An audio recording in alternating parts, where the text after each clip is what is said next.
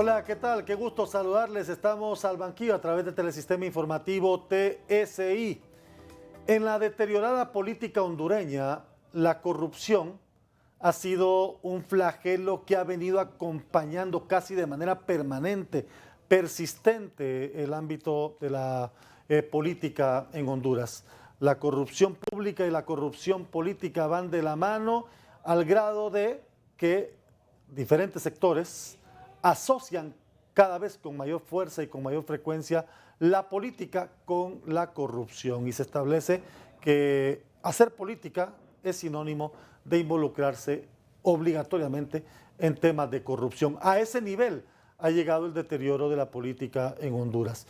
Y hoy el país se enfrenta a una nueva disyuntiva cuando nos encontramos en el estira y encoge entre liderazgos políticos para escoger a un nuevo fiscal general y un nuevo fiscal general adjunto. Y mientras no haya consensos entre los partidos políticos, no hay sesiones en el Congreso Nacional para proponer o para buscar alternativas de cara a la nominación de las nuevas autoridades de la Fiscalía que el país necesita, que aunque estén o no a cargo algunas autoridades, pareciera que ese Ministerio Público sigue sin rumbo, pareciera que ese Ministerio Público sigue en acefalía, como bien lo han dicho diferentes sectores en los últimos años. Pues analizamos este tema desde la óptica del Observatorio de Política Criminal Anticorrupción del Consejo Nacional Anticorrupción y su coordinador, que se encuentra aquí conmigo, que es el abogado César Espinal, a quien le doy la bienvenida y agradezco la participación hoy en el banquillo. Muchísimas gracias y bueno, es un gusto para el Consejo Nacional Anticorrupción a través de esta unidad que es la encargada de presentar los análisis y los diferentes estudios desde ese enfoque académico con miras a poder dar a la ciudadanía también un espacio de información y respuesta sobre los diferentes acontecimientos políticos, económicos, jurídicos y sociales del país. Y es por ello que vemos muy oportuno y estamos agradecidos de poder compartir en este espacio el día de hoy. Desde el observatorio se está promoviendo también estas veedurías sociales obligatorias en materia. Bueno, nosotros a través del observatorio tratamos de poder enfocar esos diferentes conceptos y mecanismos que van de la mano con el empoderamiento y la concientización ciudadana, y es así que el CNA, desde sus diferentes unidades, como lo hace desde este observatorio, pero también por medio de una unidad que se llama Auditoría Social, que cumple un papel muy protagónico en la sociedad hondureña, y es que ha llevado a los diferentes rincones del país, no solo en las plataformas urbanas, sino en las áreas rurales, donde se ha podido intensificar esa participación ciudadana por medio de diferentes programas que están orientados al fortalecimiento de las capacidades y esa incidencia de poderle dar a la ciudadanía también la oportunidad y el conocimiento de cómo involucrarse en las políticas, en esos espacios locales, y con ello poder construir un nuevo modelo de gestión de transparencia y rendición de cuentas hacia las autoridades locales de los diferentes sitios del país. Ya iremos entrando en la temática, por ejemplo, de la Fiscalía, de algunas situaciones específicas, el tema de la percepción, que cada vez es más fuerte, no solo a nivel local, sino que también a nivel internacional, pareciera que crece en lugar de disminuir. Pero desde el observatorio, si yo le preguntara en este momento directamente cuál es la actualidad de la corrupción en Honduras, porque todos decimos, sí, somos un país corrupto, las instituciones están controladas, hay politización de los órganos de aplicación de justicia, muy general. Pero ¿cuál es la actualidad de la corrupción en Honduras? Bueno, nosotros desde los diferentes planteamientos que hemos venido haciendo, conforme a diferentes análisis, no solo, digámoslo así, de las leyes, no solo del pasado que ya todos conocemos, sino qué es lo que está resultando hoy en la actualidad. Y prácticamente podemos concluir o definir que la corrupción es un mal en el cual nunca se estanca un país, no se estanca una sociedad aquí, o vamos de frente contra la corrupción o la corrupción nos hace retroceder, y ahí es donde se disminuyen esas oportunidades de vida, es donde la capacidad de la sociedad también se va disminuyendo en poder aportar al rumbo del país. Entonces, mientras la corrupción no se enfrente o mientras la corrupción no se busque contrarrestar, esta nos va disminuyendo y nos va achicando en nuestros espacios. Entonces, ¿qué es lo que ocurre hoy en el país? Estamos ante una situación donde este término de la corrupción está siendo utilizado nuevamente como una oferta de campaña. Lastimosamente se ha venido amparando con una bandera desde una promesa que luego se llevó a un planteamiento que también involucra a un organismo internacional como es la ONU, donde se empezó a hablar de la instalación de una posible comisión internacional y las reformas legales que eran necesarias para el país. Quiero acotar que estas reformas no son algo nuevo ni son algo que se descubrió en los últimos 6 meses. Ya desde el gobierno anterior se venía hablando sobre la lesividad que podrían generar algunos artículos del Código Penal, los pactos de impunidad contenidos en los decretos 116 y 117 de 2019, del cual solo uno ya fue derogado, pero el otro ahí sigue todavía vigente, dándole todavía una condición como de una clase privilegiada a las y los diputados del Congreso Nacional, porque son intocables. Por el tema de manejo de recursos, sí. Exacto, y son intocables en su quehacer legislativo, es decir, ellos pueden cometer delitos en esa función legislativa, podrían desarrollar acciones criminales creando leyes o saltándose los procedimientos para crearlas, pero aún así imponiéndolas, y de eso no va a pasar nada porque hay un decreto vigente que todavía les permite mantenerse en impunidad. Hay otra serie de situaciones que ya habíamos advertido desde el observatorio con análisis que incluso fueron remitidos en marzo de 2022 al actual Congreso Nacional. Y fue hasta este año que empezaron algunos movimientos y algunas prácticas que creemos que bajo la presión social las llevaron a discusión y a derogación en el Congreso. O incluso se han amparado en la venta de la derogación de algunos decretos que no fueron específicamente derogados, como el 93-2021. Este decreto únicamente surtió algunas reformas al mismo, pero no fue derogado en su totalidad cuando el mismo contenía una línea de situaciones que atentan realmente contra los intereses colectivos de la sociedad hondureña. En este caso, nosotros observamos que esta manipulación de las leyes del contexto actual del país, estamos dentro de los 23 países más corruptos del mundo, y esto sigue siendo utilizado como un elemento de campaña política que observamos que lo quieren alargar hasta que lleguemos al año 2025, que es un año electoral, y seguir con la misma oferta de campaña. El 25 es el electoral, pero el 24 será de campaña política. Y ya que usted lo abordó, me interesa darle continuidad, porque pareciera que es un tema que vende de campaña, pero es increíble que quienes han cometido situaciones irregulares en el pasado, hoy abanderen el abanico de la corrupción. Y quienes lo cuestionaron en el pasado, hoy no hagan tampoco ni tomen determinaciones para enfrentar la corrupción. A ese nivel de degradación política hemos llegado con el tema de la corrupción. Correcto, y es que solo hay que ver, yo a veces quizás me adentro mucho en el tema del Congreso porque este es el centro de debates del país, de hecho es el poder del Estado que tiene la capacidad de poder regir algunas situaciones que conciernen al resto de los poderes del Estado. Por ejemplo, ellos eligen al Poder Judicial, pueden tomar acción sobre una conducta inapropiada del Poder Ejecutivo y crean todo el ordenamiento jurídico que es el que va a dar las facultades y va a darle también un sentido y rumbo a la institucionalidad pública en general. Entonces, ¿por dónde inició este actual Congreso?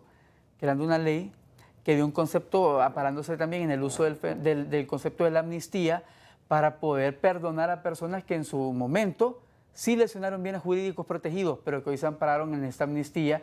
Y este primer ejercicio creo que dejó un mal sabor de boca sobre lo que iba a ser el actual Congreso Nacional. Vemos un poder ejecutivo que sigue redundando en un mensaje de culpa hacia el gobierno anterior, pero sin estar realmente abordando las situaciones actuales que dependen de este actual gobierno, que dependen de la presidencia de la República. Vemos una administración centralizada que ni siquiera ha tenido la capacidad de poder ejecutar su presupuesto de manera adecuada. ¿Y qué es lo que ocurre cuando la administración o cuando las instituciones del Estado, o principalmente las secretarías de Estado, no ejecutan su presupuesto de manera efectiva? No están dando respuesta entonces a las necesidades para las cuales se planificaron al inicio del año. Y ahorita viene un nuevo proyecto de presupuesto general nuevamente aumentado, pero algunas situaciones todavía no se han logrado, por así decirlo, justificar del por qué se sigue aumentando el presupuesto cuando ni siquiera lo están ejecutando. ¿Hacia dónde están entonces reorientando todo ese remanente del presupuesto general de la República? Únicamente creo que se sigue todavía cumpliendo quizás una agenda política, pero sin haber todavía advertido esas principales necesidades sociales que ya estaban desde antes. ¿Y eso a qué nos lleva? A mantenernos en ese clima corrupto que todavía no se ha logrado contrarrestar. Al contrario, parece que hoy se han hecho parte de ese sistema por mantenerse con ese status quo. Entonces, hoy se han aprovechado, como usted lo mencionaba, esas cosas que antes se criticaban, los gastos excesivos e innecesarios del gobierno. Recientemente salió público de que se está haciendo una licitación para alquiler de vehículos, cosa que en el pasado ya se había observado como una mala práctica, un gasto innecesario para la administración pública porque lo pagamos nosotros quienes tributamos. Pero ahora el gobierno nuevamente hace uso de estas prerrogativas para seguir viviendo en ese esquema de alto nivel de vida a la par de una nación que está en grandes índices de pobreza y pobreza extrema. Voy a ir a la pausa, pero cuando regresemos vamos a seguir dialogando sobre este tema porque creo que es interesante los aportes que usted ha brindado de manera preliminar. Estamos de regreso en breve aquí en Al Banquillo a través de TSI. Estamos de regreso en Al Banquillo a través de Telesistema Informativo TSI. La encrucijada de la corrupción en Honduras, nuestro tema hoy en Al Banquillo, dialogando con el abogado César Espinal, quien es el coordinador del Observatorio de Política Criminal Anticorrupción del CNA. Mucha gente cuestiona que el gobierno actual se ha quedado en el discurso de 12 años anteriores. Yo siempre digo, uno no puede perder la memoria. Fueron 12 años en los que los casos de corrupción fueron escandalosos. O sea, difícilmente se puede hacer borrón y cuenta nueva en una situación que alcanzó matices de escándalo y lo más reciente en pandemia, hospitales móviles, compra de medicamentos, compra de mascarillas. Bueno, escándalo tras escándalo en gobiernos anteriores, que no se pueden obviar. Pero yo digo, está bien, si hay que castigarlo de atrás, hay que castigarlo. Pero deben darse pasos ya para hacer lo diferente. Y lo que ha preocupado es que no solamente se han quedado en el discurso de 12 años, que se cometieron actos irregulares a gran escala, sino que pareciera que quieren seguir en el mismo camino. Estamos de acuerdo, creo que es muy difícil el no reconocer lo lesivo que fueron todos esos actos, digámosles, criminales, que desfavorecieron notablemente a la población hondureña. Solo desde CNA presentamos más de 140 denuncias que corresponden a los actos de ese periodo. Pero hoy que esa antes oposición tiene el poder en sus manos, conoció de primera mano también lo grave de toda esa situación, creo que era una oportunidad para nosotros. Por eso, democráticamente, el pueblo hondureño le apostó a un cambio. Creo que también es un fenómeno que hemos visto en otros países de Latinoamérica, pero bueno, hablando de Honduras, esa situación llenó de expectativas a muchos sectores, pero hoy esas expectativas se están cayendo. Y eso es porque, en primer lugar, mantienen esa retórica de justificación sobre los males del pasado. Pero hoy tienen el poder y tienen la oportunidad y sobre todo tienen las condiciones para poder generar estos cambios. Si bien es cierto en el Congreso Nacional, por esa pluralidad de pensamientos y políticos que existe, algunas cosas no van a resultar como se esperan, pero es que no se pueden estancar en esa situación. Para eso también existen las políticas públicas que son promovidas desde el mismo Poder Ejecutivo. Para eso tenemos un Poder Judicial que finalmente esperamos haga justicia en el país frente a la pasividad que estuvo permeando en los años anteriores. Entonces, hoy requerimos de acciones que no se orienten únicamente a poder satisfacer la agenda de ese proyecto político de libertad y refundación, sino que realmente pueda atender las verdaderas situaciones que en el país ya veníamos sufriendo, que eran evidentes, obvias, y que no hay que estarlas analizando tanto hoy en día, sino que hay que actuar. Un sistema de salud precario que con los años fue deteriorándose y que incluso en la pandemia fue, digámoslo así, fue atacado. ¿Y por qué digo atacado? Porque los recursos se tenían para poder actuar. Sin embargo, el dinero fue drenado nuevamente hacia los bolsillos de muy pocos y con ello se agravó la situación en cuanto a la prestación de los servicios públicos de salud.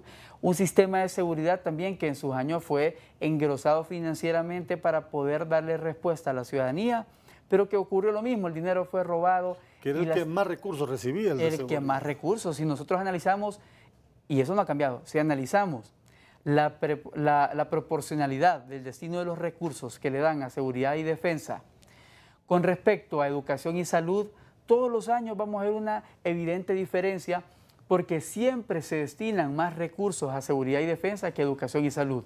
Si lo vemos en este nuevo gobierno, observamos que esa tendencia se mantiene. Incluso la proporcionalidad del presupuesto, por ejemplo, para este año 2023, de educación y salud, frente al resto del presupuesto general de la República, fue reducido en aproximadamente 1% de lo que se tenía antes. Entonces, todavía, aunque esas son prioridades muy obvias, no se les da el tratamiento que requieren. Y por eso en Honduras todavía no salimos de esas situaciones del desconocimiento, porque la educación no se refuerza. Aún hay problemas y lo vemos día con día, solo es de observar las noticias, las diferentes conmociones sociales que hay en centros hospitalarios del país, las quejas de la población, de los pacientes, los mismos empleados que a veces se toman las instalaciones. Creo que el año pasado, a finales, hubo también toda esta toma de los centros de salud, por ejemplo el Alonso Suazo, que es el principal centro de salud de aquí de la zona, y que fue tomado por miembros de colectivos porque ellos estaban en una disyuntiva de temas de contratación. Entonces, al final, ante ese ejercicio de campaña política, cuando se ofrecen plazas de trabajo, pero sin haber pensado realmente en un plan de cómo resolver el poderle dar trabajo a sus colectivos frente a las otras personas que ya tenían un trabajo, cómo resolver esas situaciones, eso no se piensa porque no se está planificando, no se está realmente llevando al país, creo yo, por una vía estratégica, sino que ahorita todos los esfuerzos se concentran en poder acentuar esas bases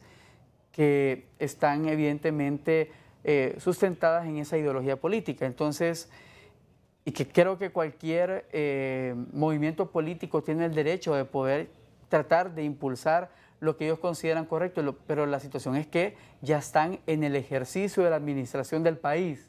Y es aquí donde los intereses de la población deben superar esos intereses de esa agenda del proyecto político. Entonces, por ejemplo, vimos cómo se ha estancado el Congreso Nacional ahorita porque no eligen a un fiscal general. Creo que del 100% de sesiones que le correspondería, apenas ha sesionado ¿qué? Un 20%. Un 20%. En casi 2 años. Y con una baja asistencia a las sesiones que se convocan. Nosotros recientemente publicamos con baja productividad también. Un informe donde establecíamos el costo financiero para el Estado de Honduras de estarle pagando a 128 diputados propietarios y 128 suplentes. Solamente en los diputados propietarios, por cada semana de sesión que debe programarse según la Constitución de la República, que es martes, miércoles, jueves, se van aproximadamente 3 millones de lempiras relativo a los salarios. ¿Solo en los propietarios? Solo en los propietarios, como 1,5 millones que le correspondería a ese pago, o sea, llevándolo a la semana. Es como 1,5 millones de lempiras en tema de viáticos, porque también se les pagan viáticos. Vayan o no vayan, reciben su... Es que parece que lo de los viáticos no es un tema en el cual deban justificar en qué los utilizaron, la asistencia o algo, no, sino que es una asignación. Es una asignación mensual fija, sí, que de hecho a veces aumenta porque andaba entre 11 millones a 12 el año pasado. Ahorita vemos que ya llega a 13, un poquito más de 13 millones. Y si uno lo busca, no existe liquidación en el portal de transparencia. Si uno lo pide al Congreso, no lo dan. Entonces, vemos que hay un excesivo gasto en mantener estos sueldos y salarios, ese gasto corriente que corresponde a diputados y diputadas, pero sin dar esa respuesta que el pueblo hondureño espera, porque siguen todavía discutiendo en sus diferentes temas de esa clase política que no funciona. Estas acciones, los últimos índices de percepción se vieron incrementados, es decir, son mayores que en relación a años anteriores. ¿Qué pasa con estos índices de percepción? ¿Por qué la gente ya perdió la confianza en la institucionalidad y quizá el sector político no ve esta situación o no la quiere ver? Y el discurso político sigue siendo, estamos haciendo lo que corresponde, pero todavía hay un sistema entronizado que no permite que se trabaje contra la corrupción. Bueno, creo que va creciendo la conciencia ciudadana. Nosotros como CNEAL hemos apostado a eso en los últimos 5 o 7 años. Ya hemos acabado muchos proyectos que estuvieron orientados de hecho a eso, a poder reenfocar esa mirada ciudadana al fenómeno de la corrupción, entendiendo en toda su concepción cómo nos impacta, cómo nos afecta.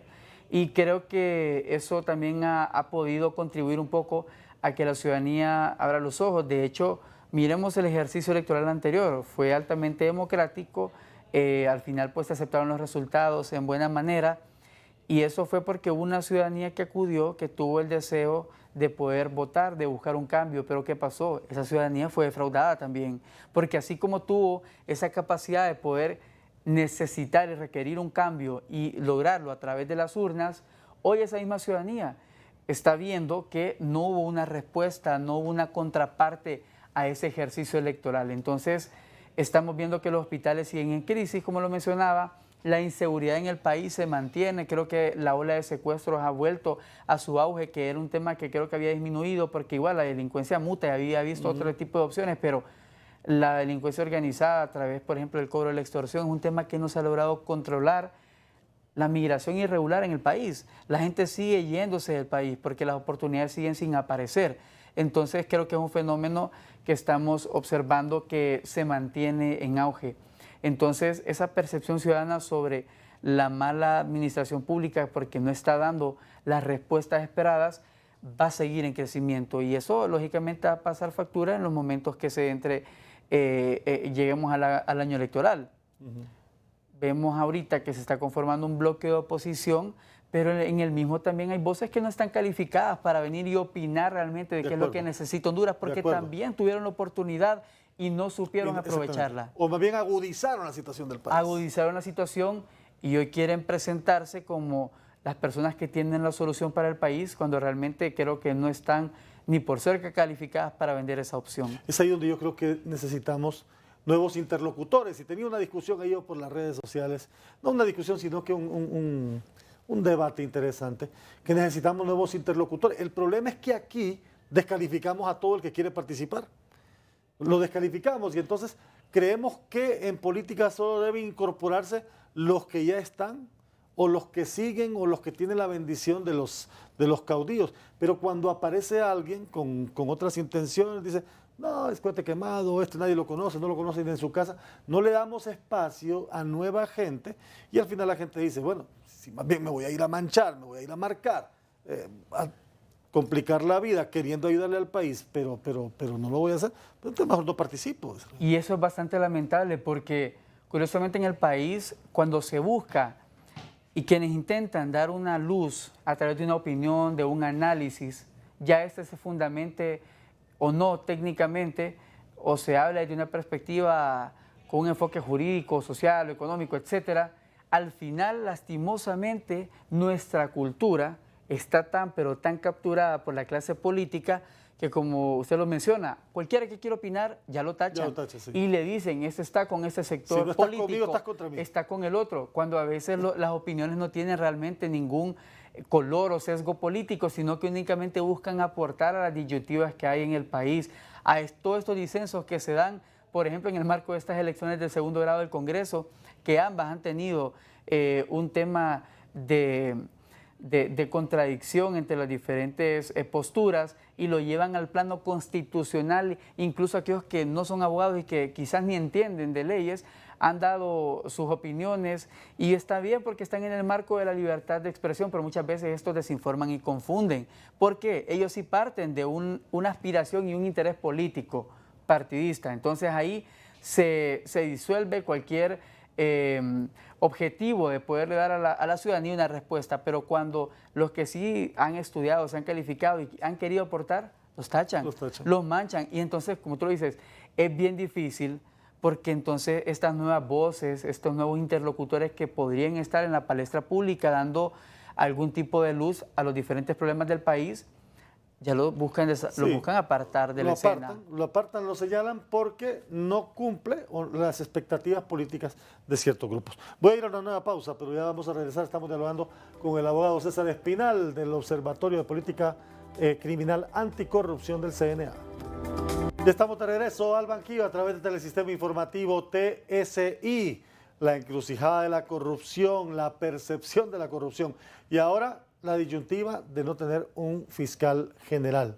Ya iremos entrando a este tema. Solo me ha quedado una pregunta de los bloques anteriores, hablando de la actualidad de la corrupción y si se están o no tomando algunas medidas.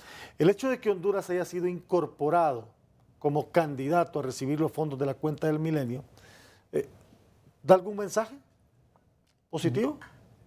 Pues claro que sí, creo que Ahora a nivel de candidato, todavía no sabemos si vamos a ser beneficiarios. porque hay nuevas perspectivas. De hecho, creo que en el plano internacional, externo a nuestro país, quizás también hay expectativas nuevas. Entonces, eso conduce a que se puedan abrir nuevas oportunidades. Creo que el punto acá importante es cómo se van a aprovechar o no esas oportunidades, si realmente habrá un seguimiento efectivo con nuevos comportamientos diferentes a los de los gobiernos anteriores y que quizás eso nos permita poder avanzar en una ruta que abra realmente grandes puertas para Honduras hacia el desarrollo, porque eso es lo que nos falta acá, desarrollo en diferentes sectores. Creo que tenemos un país rico en recursos y muchas veces quienes buscan aprovecharlos son lógicamente extranjeros porque tienen una visión diferente a lo que los políticos muchas veces quieren traducir a la ciudadanía. Entonces, creo que limitando las oportunidades jamás vamos a salir de ese hoyo.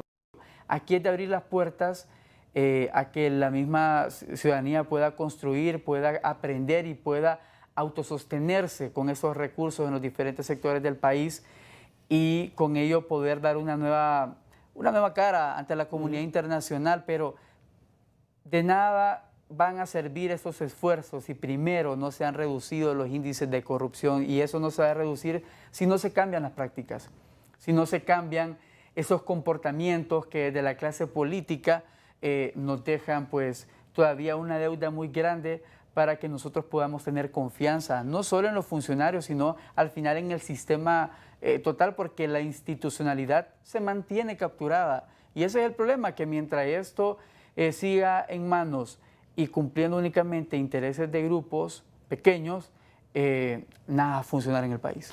Y ese puede ser también un parámetro de cómo está la percepción a nivel internacional, ¿verdad? Porque si al final Honduras logra entrar y ser beneficiario de la cuenta del milenio otra vez, que por cierto solo hemos sido en una ocasión parte de, y luego hemos venido siendo aplazados en el tema casualmente corrupción, podría cambiar ese panorama también de visión a nivel internacional de lo que está haciendo Honduras, porque en esta evaluación se va a saber si convencieron o no convencieron las acciones que ha tomado este gobierno, porque hoy sí se va a evaluar este gobierno. El problema es que también muchas de las, digamos así, de la dinámica que ha también demostrado el actual gobierno es bastante voluble, y eso creo que es una preocupación porque...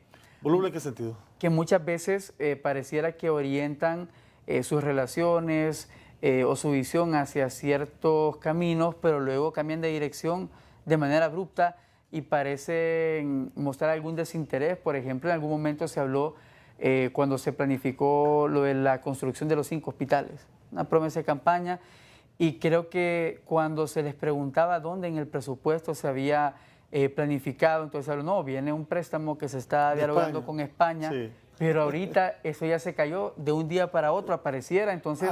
Aquí me lo dijo el ministro de Salud en este programa, que ese era uno de los 20 hospitales que iban a dejar en este gobierno. Pero al final el préstamo no se va a utilizar para... No se va a utilizar, van con otra línea porque están cambiando de aliados, están cambiando, creo yo, de nuevos objetivos en el corto y mediano plazo, que no demuestran realmente entonces un afianzamiento, es decir, entonces, ¿dónde está la planificación? ¿Dónde está la garantía del cumplimiento o la solidez en los pensamientos de políticas públicas que se puedan emplear si hoy piensan de una manera, pero quizás en 3 meses van a reorientar todo y eso significa entonces iniciar de cero nuevamente? Y ahorita se habla que en ningún momento se ha caído la planificación de la construcción de hospitales porque igual el dinero lo tienen, pero entonces eso demuestra más bien pareciera una actitud de improvisación, de que hoy decimos no a esto, vamos a ver cómo resolvemos, y ya entonces se cae todo, entonces ese esquema de la supuesta planificación que se tiene que hacer como proyecto de gobernabilidad en el país al inicio de cada año. ¿Cómo entender que la situación en el Congreso Nacional todavía no llega a la madurez política necesaria para darnos un buen fiscal general?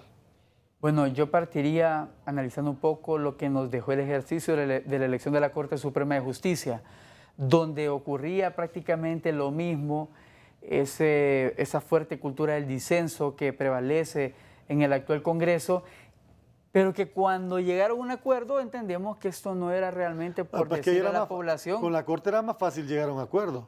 Porque por decir, la bueno, repartición. esa por el grupo, por el corte del pastel. A mí me tocan 4, a usted tocan 3 y el resto Y me aún tocan así a mí, les costó. Sí. Y les costó. ¿Y por qué se pusieron de acuerdo? Porque sucede lo siguiente, que en este ejercicio de elecciones de segundo grado, no es únicamente esa elección la que están negociando. Atrás están decidiendo por otras cosas que vienen en el futuro o el otro tipo de proyectos. Seguramente que aquí metieron como una moneda de cambio la ley de justicia tributaria, la elección de los comisionados de política limpia, la elección de los magistrados del Tribunal Superior de Cuentas, etcétera, del IAIP. Entonces, ¿qué es lo que pasó? Y eso quedó evidenciado con la elección de la Corte. Llegan a un acuerdo. Tuvieron incluso, digamos así, el descaro de publicar el acuerdo político que tuvieron, que lo firmaron y dijeron vamos a hacer reformas a la Constitución, reformas a la ley del Ministerio Público, vamos a negociar una tercería en el Ministerio Público para la elección de segundo grado. Es decir, se pusieron de acuerdo para elegir la Corte condicionando otras cosas a futuro. Pero como hablamos de esta dinámica de volubilidad que existe, son volubles, en el Congreso también lo son. Y ahí se les cae un acuerdo en cuestión de semanas. Entonces, claro, creo que ya tenían hablado del fiscal general, pero cosas pasan que llegaron nuevamente a un disenso. Y hoy por hoy no han vuelto a ponerse de acuerdo porque seguramente están viendo qué otras cosas van a negociar, qué otras cosas van a llegar a un posible acuerdo. ¿Qué es lo que creen ustedes que pasó ahí? ¿Qué se han analizado al interior del CNA? ¿Qué pasó ahí?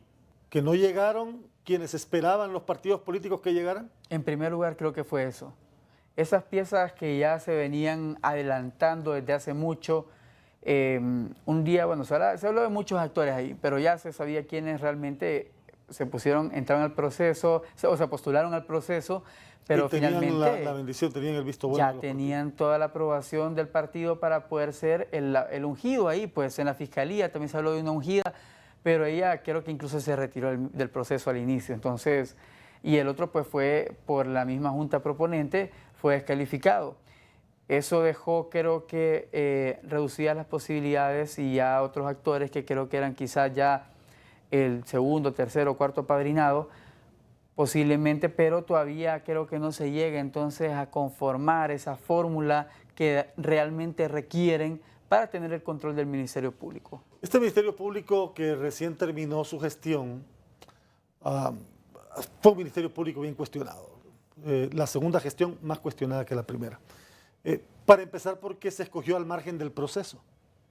Sale el fiscal a reelección cuando no había pasado por el proceso. Sin embargo, se da un acuerdo entre políticos y lo reeligen al margen del proceso que había desarrollado la Junta Proponente. Hoy es un Ministerio Público que, si bien permanece ahí el fiscal adjunto sosteniendo la peña, como dicen popularmente, una unidad fiscal, ¿verdad?, que no tiene por qué ir a solicitarle permiso al coordinador de fiscales o al ministerio o al fiscal general para proceder a la investigación de casos de alta corrupción. ¿Qué tiene ese Ministerio Público o qué puede venir con ese Ministerio Público que está en esa incertidumbre?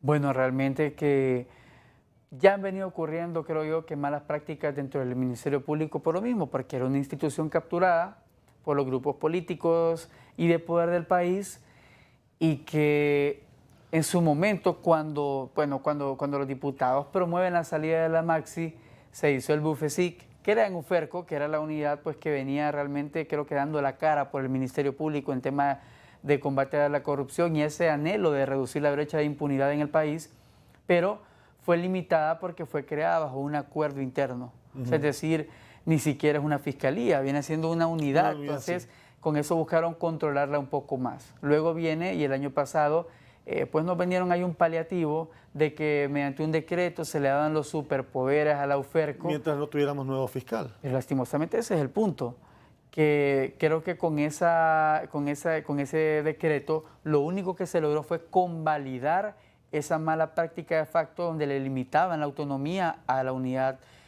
a la UFERCO. Porque al final entonces se reconoció que UFERCO tenía que estar supeditada. En primer lugar, convalidaron un hecho que era más de facto porque ya hay estándares internacionales que hablan de la independencia de los fiscales, que si ellos tienen conocimiento de que hay un delito, perfectamente pueden presentar los requerimientos fiscales. Entonces, UFERCO puede hacerlo perfectamente. Y ahorita podría hacerlo y llevan un requerimiento en todo este tiempo con esos superpoderes. Pero ¿qué pasa también? Ese paliativo no solventaba realmente el problema y él mismo creo que nos venía ya adelantando un mensaje muy triste. Y es que entonces se pretendía hacer lo mismo que venía haciendo el anterior Ministerio Público, venir nuevamente a ponerle esa cadena a la UFERCO, porque esos superpoderes, dice el decreto, va a tener esa autonomía hasta que se elija un nuevo fiscal. ¿Qué quiere decir eso? Entonces, cuando venga el nuevo fiscal, va a seguir nuevamente... Vuelve supeditada. Exacto, nuevamente va a estar supeditada. Pero ahora no hay nuevo fiscal, ¿y por qué la UFERCO no actúa? Estamos, pues creo yo que a las puertas de algo que todo el mundo espera, que nos seguimos preguntando, porque hay una clase política que está involucrada en todos esos casos y entendemos que por ahí hubieron presiones, incluso para que Luis Javier Santos saliera del proceso, que ya también es un tema que creo que también concierne más a una situación particular de él, donde creo que no se puso claro con la Junta Proponente en algunas situaciones, sacaron a flote algunas cosas del pasado, sobre un tema que creo que tampoco es que lo excluía ni moralmente ni éticamente, pero también la Junta Proponente hizo una valoración que en su momento fue un poco creo que cuestionada, porque con Luis Javier Santos hicieron una valoración quizás un poco más literal, y con este señor Urquía fue un poco más de fondo, entonces ahí entró también un poco el conflicto, si realmente tenía que quedar fuera o no. Pero el punto es que él sigue en su cargo como jefe de la unidad fiscal contra las redes de corrupción. Y que podría ser en este momento un superfiscal. Podría tener una superautonomía en este momento. Él puede tener una superautonomía, claro. pero se ha mantenido ahí, rezagado. Creo que es una pregunta que muchos nos hacemos, qué es lo que ocurre realmente con todos esos casos que se venían anunciando de que ya estaban listos. Creo que hoy, de hecho, ya ni el decreto 116-2019 impediría que presentase esos casos contra muchos que hoy son diputados y otros que ya terminaron su periodo como diputados, pero que drenaron fondos por medio del Congreso Nacional y otro tipo de actores políticos que seguramente están involucrados.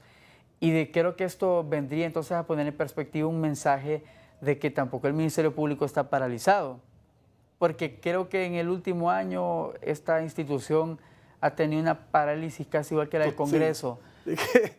El Ministerio Público está igual que los últimos 2 años. En este momento está igual, solo que ya sin el fiscal general. Exacto, incluso tuvieron la crisis de los brazos caídos de los fiscales, entraron un problema. Que generó mucho problema también. Muchos problemas y de hecho tuvimos un acercamiento con ellos y realmente es un problema que venía desde adentro, desde adentro de la cabeza, que impidió realmente porque hay muchas situaciones que no permiten, pero hoy creo que el culpable de lo que estamos viviendo es la clase política del país, porque siguen todavía queriendo hacer prevalecer sus propios intereses sin ponerse de acuerdo, y no es porque realmente estén pensando en que quieren reducir la brecha de impunidad para el país, sino que están viendo quién jala más fuerte. Sí, y además esta nueva fiscalía, al igual que la Corte, van a agarrar 3 gobiernos. Van a agarrar 3 gobiernos, entonces es ahí donde hay que también protegerse desde la óptica política. Voy a la última pausa del programa y regresamos en breve aquí en Al Banquillo por TSI. Gracias por estar en la sintonía de Al Banquillo a través del Telesistema Informativo TSI. Me acompaña el abogado César Espinal, coordinador del Observatorio de Política Criminal Anticorrupción del CNA. Ponemos los puntos sobre la mesa y resumimos algunos de los elementos importantes que hemos venido dialogando y que de repente los fortalecemos. ¿Cuántas investigaciones, cuántas denuncias hizo el CNA de la gestión anterior, de los últimos 12 años? Son aproximadamente 142, 143 denuncias que corresponden a funcionarios del anterior gobierno. ¿Y cuál es el estado de esas denuncias? Bueno, de hecho, esos casos únicamente 27 hay judicializados. Por lo tanto, el resto se mantienen en impunidad. Judicializados en proceso. Ajá, que ya por lo menos hay un requerimiento fiscal, de algunos pocos de estos tienen condena, como es el caso de la ex primera dama, por ejemplo, pero de ahí el resto, que son más de 100 casos, se encuentran en impunidad. Es decir, un Ministerio Público negligente al no haber tenido, yo digo que no es falta de capacidad, más que todo creo que es falta de voluntad de haber querido conocer todos estos casos, porque cuando hablamos de un caso que presenta el CNA, no es únicamente un escrito de denuncia, sino que es un escrito de denuncia que se acompaña de todo un expediente investigativo que le da al Ministerio Público, entonces toda la pauta, es decir, la ruta hacia el cuerpo del delito. Y en esta gestión, ¿cuántas denuncias ha hecho el CNA? Bueno, contra que involucre a funcionarios de este actual gobierno, ya son 3 denuncias que se han presentado y que de estas mismas han provocado respuestas bastante agresivas, es decir... de esas ninguna se ha judicializado todavía. De esas no, porque estamos, creo yo, ahorita en una situación todavía creo que va a ser mucho más compleja y ha habido bastante intolerancia hacia eso, porque creo que es importante que se reconozca que cuando algo no está mal debe ser entonces observado, analizado y corregido. ¿En este gobierno se han presentado denuncias por el tema de los renta de vehículos? Fue más que todo por la elección de las autoridades de la Procuraduría General de la República. Que fue la primera medida que se adoptaron, correcto, que no se siguió el proceso. Sí, se hizo también la denuncia contra el director de la OAVI por el caso de la apropiación que hizo el señor Chimirri con un bien que le había sido pues asegurado y que había pasado a nombre del Estado de Honduras, y que esto es un proceso totalmente distinto a su proceso penal del cual fue beneficiado con la amnistía. Son dos cosas diferentes y había una sentencia firme y se bien era del Estado de Honduras. Pero vino él y se apropió, digamos así, a la fuerza. Entonces eso provocó y hubo negligencia y pasividad por parte de la administración de la UAVI. Entonces con ello hubo una acción que se traduce en un delito en contra de la administración pública. Y también se hizo pues la presentación de un análisis que hace la relación y la advertencia a la ciudadanía a poder observar ese fenómeno de la captura y la concentración del poder, que fue donde se presentaron las diferentes estructuras que conllevó a ver todas esas relaciones. El nepotismo. El nepotismo. Que como lo mencionábamos, entonces hay situaciones que se salen de la ética y del buen comportamiento. Ahora, que se espera. ¿Se puede castigar el nepotismo en Honduras tomando en cuenta que no hay una ley? No, lastimosamente. No hay una ley. Lamentablemente, no todo lo legal es ético. Exacto. ¿Verdad? No todo lo legal es ético. De hecho, yo abordo en uno de mis libros el tema del nepotismo, pero en Honduras necesitamos una ley sobre el nepotismo.